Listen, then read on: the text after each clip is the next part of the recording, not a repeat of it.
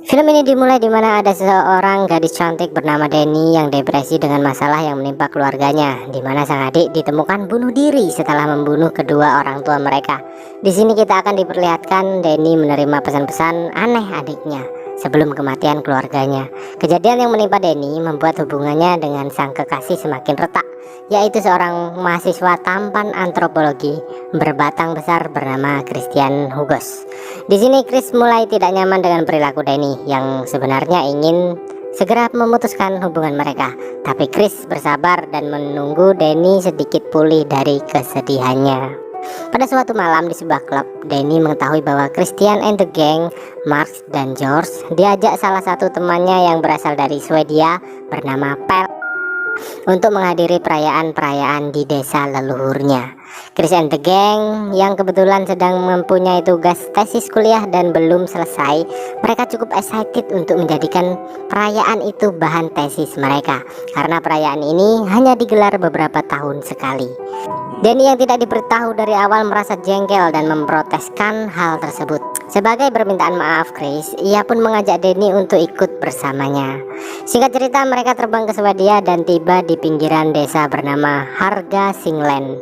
Di sini mereka bertemu Simon dan Connie, pasangan dari Inggris yang diundang adik Pel bernama Imer. Imer pun menawarkan sisa dagangannya untuk hadiah pertemuan pertama mereka. Denny yang sedang terpuruk merasa tidak nafsu memakannya, namun karena gengsi ia pun nekat memakan tersebut. Mereka pun mulai berhalusinasi sembari ngobrol. Chris yang sudah mulai ngelantur tak sengaja membahas soal keluarga Denny. Mendengar hal itu, seketika kesedihan Denny kembali muncul. Ditambah melihat seolah-olah semua orang menertawakan keterpurukannya.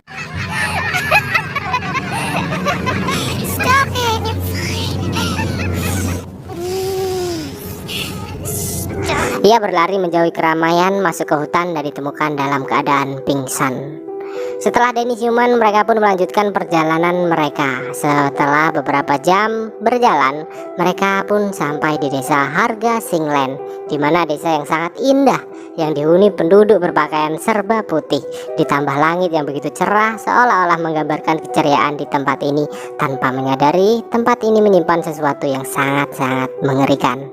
Mereka disambut dengan ramah sembari Pel yang asik melepas rindu bersama keluarganya setelah sekian lama tidak berjumpa. Setelah acara makan bersama, si Pel menunjukkan tempat istirahat yang sangat estetik menurut saya. Di perjalanan kita akan diperlihatkan hal-hal aneh dari sebuah kuil berwarna kuning yang tidak boleh dimasuki, ditambah lukisan-lukisan cinta yang tidak masuk akal, sampai dinding-dinding tempat istirahat yang dipenuhi banyak lukisan-lukisan aneh. It's like another world. Sleep here? Yeah, all the younger ones until we turn 36. Child until you're 18, and that's spring. And then it's between 18 and 36, and that's summer. And that is fall. And then finally from 54. Saat hendak tidur, si Pel memberitahu bahwa akan diadakan acara besar yang bernama Anastupa. Apa itu bang? Tonton videonya sampai habis. Besokan harinya Anastupa pun dimulai. Setelah makan bersama, mereka diperlihatkan dengan pasangan sejoli yang ditandu ke atas bukit kapur. Sebelum acara Anastupa dimulai, mereka melakukan sebuah ritual dengan cara menyayat tangan lalu mengoleskan ke sebuah batu. Setelah ditandu ke atas tebing, bagaikan raja dan ratu, mereka pun menjatuhkan diri dari tebing satu persatu.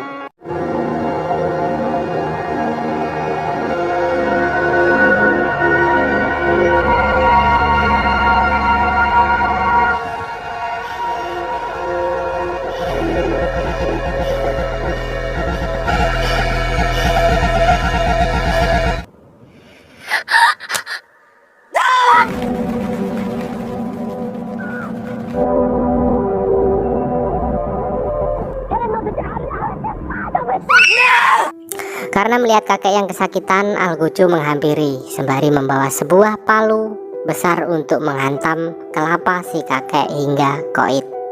Di sini Chris dan kawan-kawan pun sangat shock melihatnya. Simon dan Connie, ABG mager, sangat ketakutan melihatnya. Mereka berniat segera meninggalkan desa tersebut. Namun, salah satu warga menjelaskan bahwa kematian tersebut sangat lumrah terjadi di sini. Sedikit informasi, anastupa adalah proses bunuh diri yang dilakukan saat seseorang menginjak umur 72 tahun dengan alasan tertentu, misalnya sakit kanker, diabetes, atau yang lainnya. Daripada jadi beban nyusahinnya kan, mending AFK aja lu, gitu kata publik.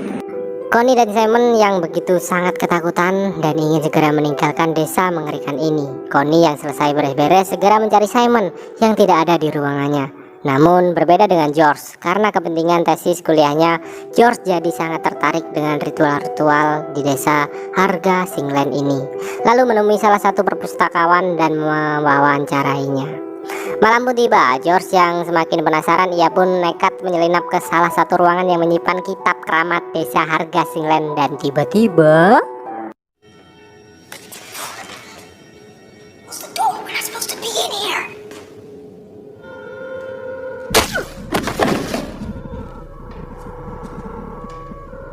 George dipukul seseorang yang menggunakan kulit wajah Marx. Di sini bisa disimpulkan Marx sudah tewas dikuliti oleh seseorang dari desa tersebut. Keesokan harinya Christian yang khawatir karena Marx dan George tidak kelihatan dari semalam, akhirnya pun mulai kebingungan. Sedangkan Danny, dia diajak untuk mengikuti lomba menari di desa tersebut, di mana pemenang dari lomba ini akan diangkat sebagai May Queen. May Queen adalah gelar terhormat dari desa tersebut. Diawali dengan minum hingga teler, akhirnya Danny berhasil bertahan dan memenangkan lomba tersebut. Dan saat itu juga Danny dinobatkan sebagai May Queen.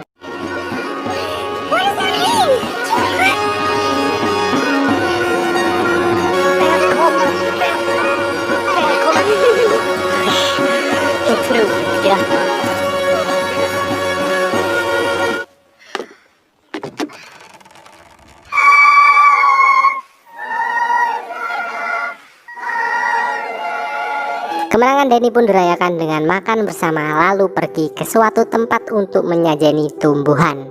Di sisi lain, Christian yang mendatangi bude cantik bernama Sif berniat untuk mencari informasi lebih detail mengenai desa Harga Singland. Namun di tengah obrolan, tiba-tiba Chris ditawari untuk bersama gadis-gadis di desa tersebut. Chris laki-laki tampan berurat, ia disuruh menghirup obat kuat. Ia lalu memasuki ke suatu ruangan yang telah berisi belasan wanita tanpa busana. Lalu dilanjutkan dengan gadis cantik yang tengah pasang kuda-kuda meminta ditunggangi. Dengan diiringi suara khas penduduk desa tersebut, terasa lebih nikmat, anjay. Danny yang pulang dari acaranya mendengar sesuatu. Ia penasaran lalu mengintipnya dari sela-sela lubang pintu. Danny sangat dibuat syok melihat kekasihnya lagi skidi-babab bersama gadis lain. Ia lalu menangis melihat batang kesayangannya dinikmati belasan bencong.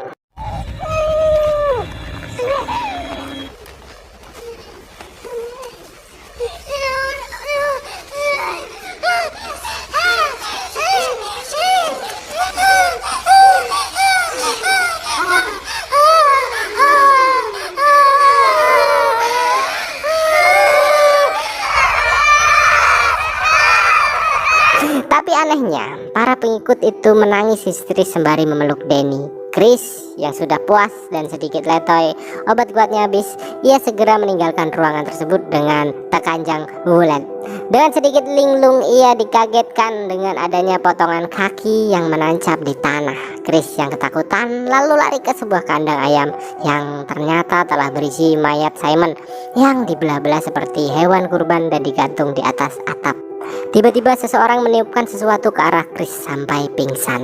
Ketika bangun, Chris sudah dalam keadaan lumpuh. Scene berganti di mana akan diadakannya sebuah persembahan yang diharuskan mengorbankan 9 nyawa sebagai bahan ritualnya. Danny sebagai May Queen diberi wewenang untuk memilih korban ke-9. Karena Danny sangat kecewa melihat Chris skidi-babab bersama gadis lain, ia pun dengan tegas menyebut nama Chris untuk tumbal selanjutnya. Setelah itu Chris dimasukkan ke sebuah tubuh beruang yang telah dimutilasi, lanjut dimasukkan ke salah satu ruangan yang berisi tumbal-tumbal lainnya. Lalu film diakhiri dengan adegan di mana ketua sekte membakar mereka hidup-hidup. Para tumbal pun menjerit kepanasan, para warga bersorak-sorak aneh, entah gembira atau sedih, seolah-olah kepanasan. Lalu Danny menutup film dengan senyuman iblis, merasa puas, kekecewaannya terbalaskan.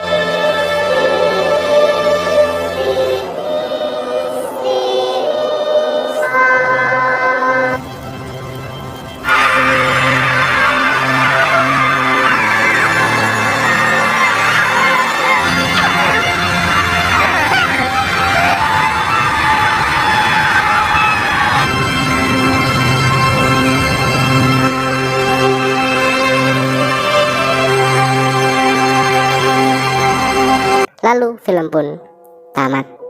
Begitulah saudara-saudara akhir dari film Midsommar.